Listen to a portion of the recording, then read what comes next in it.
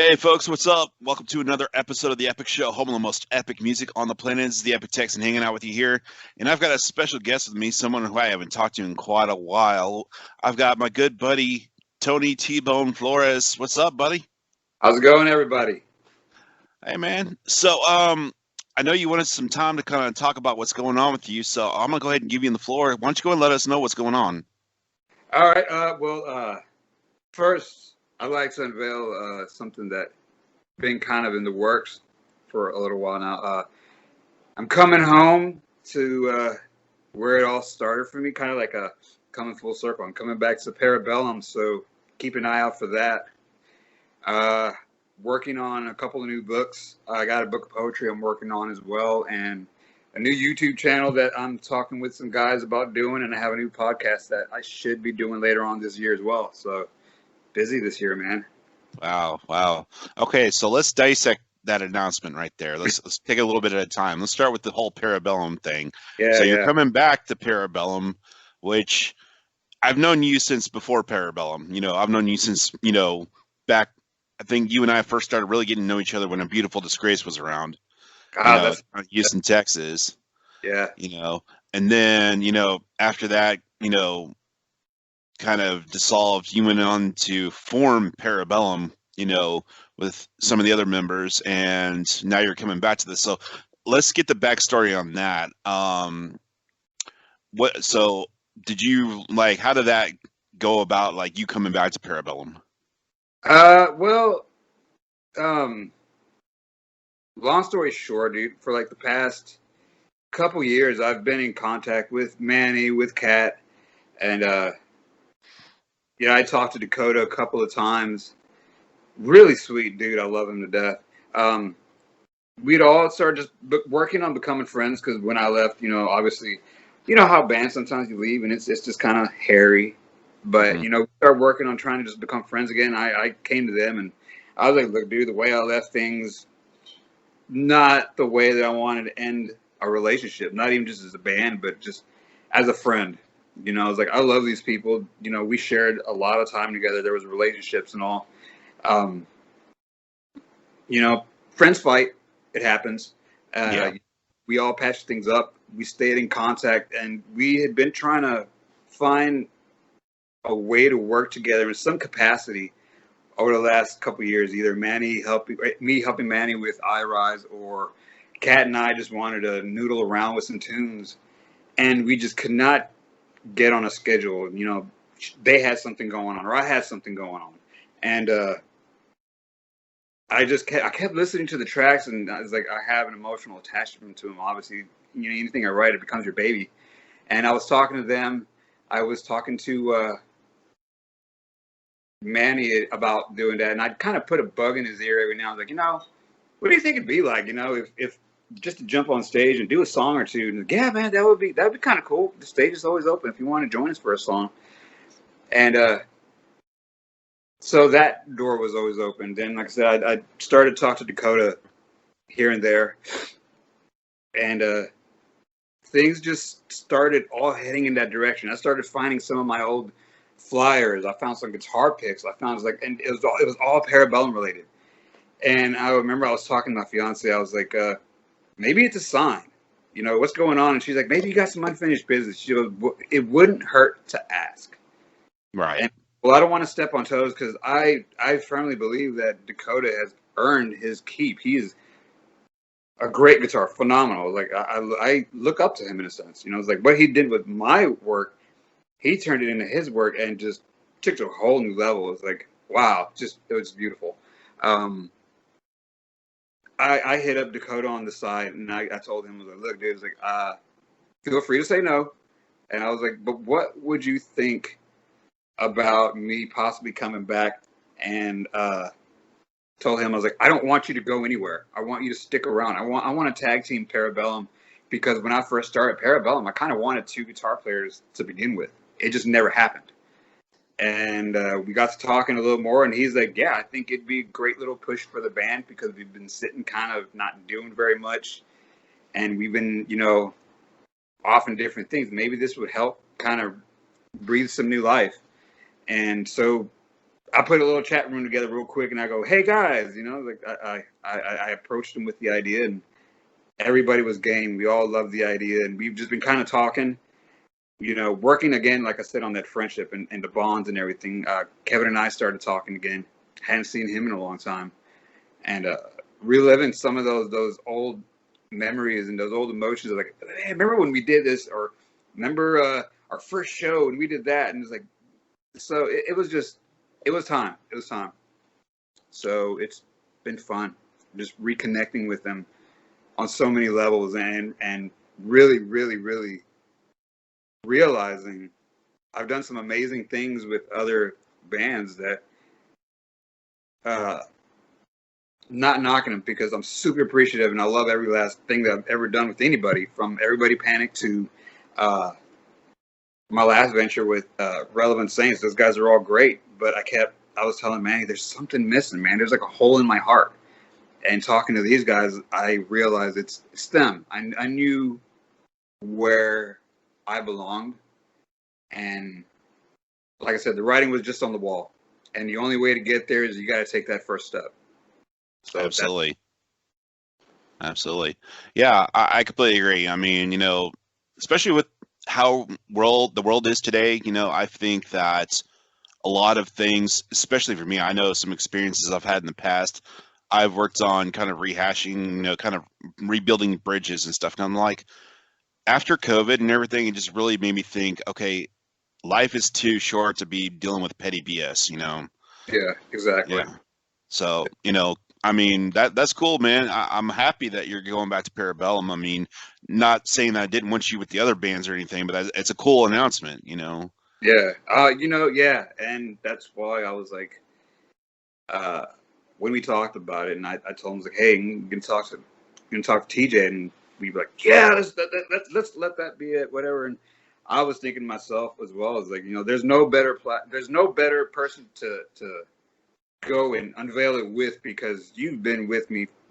We were just talking about it the other day, for since AVD. You knew me before I was with A Beautiful Disgrace, when I was Right. just a scrub that was trying to make a name for myself, begging for gigs. And I remember I kept seeing you, and I was like, is this the Epic Texan guy? And you were like, who are you? And I was like, I'm T-Bone. You're like, well, okay, let's see what you're about. Yeah. Yeah. I mean, you know, and this is something we talked about before. Is like, you know, you know, I've heard your name. You know, I think we met one time at Acadia, and then it's like all of a sudden, here's A Beautiful Disgrace. I'm like, all right, let me see what this guy's about. And then all of a sudden, I was like, all right, you Yeah. know. And it's like when it was one time we even did a song together. You know, that was that Johnny Cash cover. Yeah, we did that song. And I remember when you got off stage and you waited by the side of the stage until I got off. You like, motherfucker. I was like, what? I was like, man, you freaking elbowed me like 3 times. You move around so damn much. Think you Yeah, said I you had almost went home with a broken rib that night. right, But man. no, it's cool, man. It's cool. So, do we have like any kind of a timeline as far as like, you know, working on some stuff with, you know, with Parabellum or anything? Well, right now I'm kind of getting reacquainted with a lot of stuff, because, as I had mentioned when I left, a lot of the stuff wasn't recorded, so it gave Dakota room to play around and tweak a couple little things here and there. So now it's almost like relearning a lot of what I did, plus learning what he's also done, and trying to find my place within it all, you know. And so right now I'm getting, like I said, reacclimated with everything, and we're gonna get to writing some new stuff, and maybe hopefully later on in the year, once hopefully COVID kind of settles its ass down a little bit. I know it's not going to go away, but maybe we can get a handle on some stuff and we can get back to some kind of being able to go and play shows again. We're gonna come out full force swinging, you know. Right on, right on. Well, definitely, you know, keep us updated on that. Now you said you're also working on a book. Tell us about that. Yeah. Well, it's kind of like a unique deal, because I went through I was recently always had mental issues, depressions, of this, to that, but it was getting a little hairy, and I finally just broke down. I went and did the right thing, went and sought help and everything, and it turns out I'm bipolar, which people are probably like, no surprise there with the way you're always going flip flop with your attitudes. But One of my therapy things is like, maybe you should write down a lot of it. Maybe it'll help kind of release these demons instead of going out there and, doing all this, excuse me, these negative deals. Like, I was hooked on drugs for a bit. I got clean off that. Then I kind of became a little bit of an alcoholic, so I had to keep that in check. And I kept noticing, I kept trying to like put band-aids on all these emotions. And finally, like I said, I broke down. I went and got the help I really needed and I deserve, and started learning how to live with all this. And one of the things that they were telling me is like, hey, write your stuff down. Like, you're really good at writing music. You're really good at conveying yourself with that. And so I've got tons of little mini biographies of my notes, my thoughts. I've got tons of music that are reflective of it. I've got poetry, like I said, that I've also got. So, and drawings and sketches. And my fiance and I were sitting around, and she was working on a sketchbook or a photography book that reflects her life. I felt kind of inspired to do something, but not take away her deal. So what I said was, what do you think of this? And she's like, what? I was like, a multi-medium platform to write my life down, basically. So one chapter will be me basically kicking it off with a paragraph or two of what it was that was going on. The next chapter will be a small body of music that is reflective of that time, that time and that mind, that state of mind and all. The next one will be some sketches that I found from that time that are reflective of that mood, whether it was a bad time or it was a good time. So I'm talking to some people. We're going to try to work out something that will be a biography, but one chapter is this, the other chapter is music, the other chapter is just some sketches, throw it all together, and it'll be like a package deal. If it takes off, we'll get to figuring out the next step of publishing it and all. So right now, a lot of it's into brainstorming. I'm, like I said, talking to some people that are going to help me with that, and I think it'll be different. A lot of people seem to be really interested and wanting it. So who knows, man? Maybe it'll help somebody else that will see it and say, hey, maybe I should try that, because I get bored writing, or I get bored just writing music. Maybe this will be the future of how people can convey their emotions. That would be awesome. I gotta say, I'm really, really touched by how you just, came out and just said, hey, I'm this is going on in my life, because I'm a huge, huge advocate for men's mental health. Exactly. I think men's mental health needs to be more out in the spotlight than it is. Yes. Versus just sweeping it under the rug and be like, no, you need to be rugged and manly. You can't have emotions. I'm sorry. I don't buy that. I feel that us men need to be able to express our emotions, and be able to come out and say, okay, this is going on with me mentally, without being ridiculed or judged or anything. Right. Especially right now, because Yeah. obviously COVID has just, it's done so much damage, not just to everybody. Like, they're having to stay home. They're having to relearn how to basically live their lives in a new norm, a new world. And people are suffering left and right. And moms are having to take on the role of teachers now. Yeah. Men having to work from home. And these are guys that go to 9 to 5. And I'm one of them. yeah, they're having to work from home now. And there was no adjustment period. We were just thrown into it, and it's exactly. Like, no warning, no nothing. Be like, boom, you're at home, you're sitting at your desk, and guess what? Make the most of it, because that's just it. Yeah. A lot of people are falling through the cracks, man. It's like when I went to go get checked in at a crisis center because of what was going on, I was shocked at the numbers of people that were just coming in. A lot of them were male, because they're losing their shit. They don't know how to cope. And because we are manly men, we're not really supposed to talk about our emotions. They're cracking under the pressure. Right. They have nobody to turn to, because we're told we're not supposed to really talk about our feelings. We're just supposed to ball it up, whatever. And not taking nothing away from women, because like I said, it's just as hard for them to adjust in this new world. The kids they're taking it just as hard. Absolutely. But I did notice that men were kind of getting pushed to the wayside. They're like, hey, just do what you got to do, make your money, and basically keep your mouth shut. So the suicide rate was going up for men, depression, alcoholism, all kinds of stuff. People are they're dropping like flies all around because of this. And like I said, when I went in there, it was horrifying, like I said, to see. And so, yeah, like I think that if more people, more men were to stand up and say, look, I've got this going on. I'm having these thoughts. Speak up, dude. Don't be ashamed, dude. Like if Right. someone's telling you, you're a man, you're not supposed to do that. Fuck that, dude. Go. There are places, there are people you can talk to. Pick up a phone, whatever.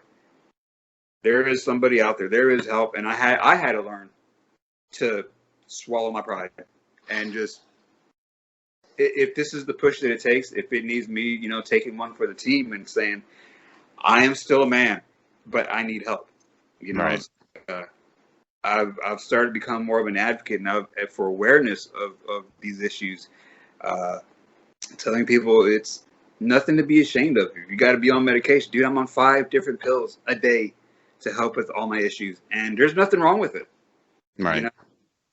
If it helps you function and it helps you be productive, and I'm learning how to be productive. I'm having to face things that I never told anybody before.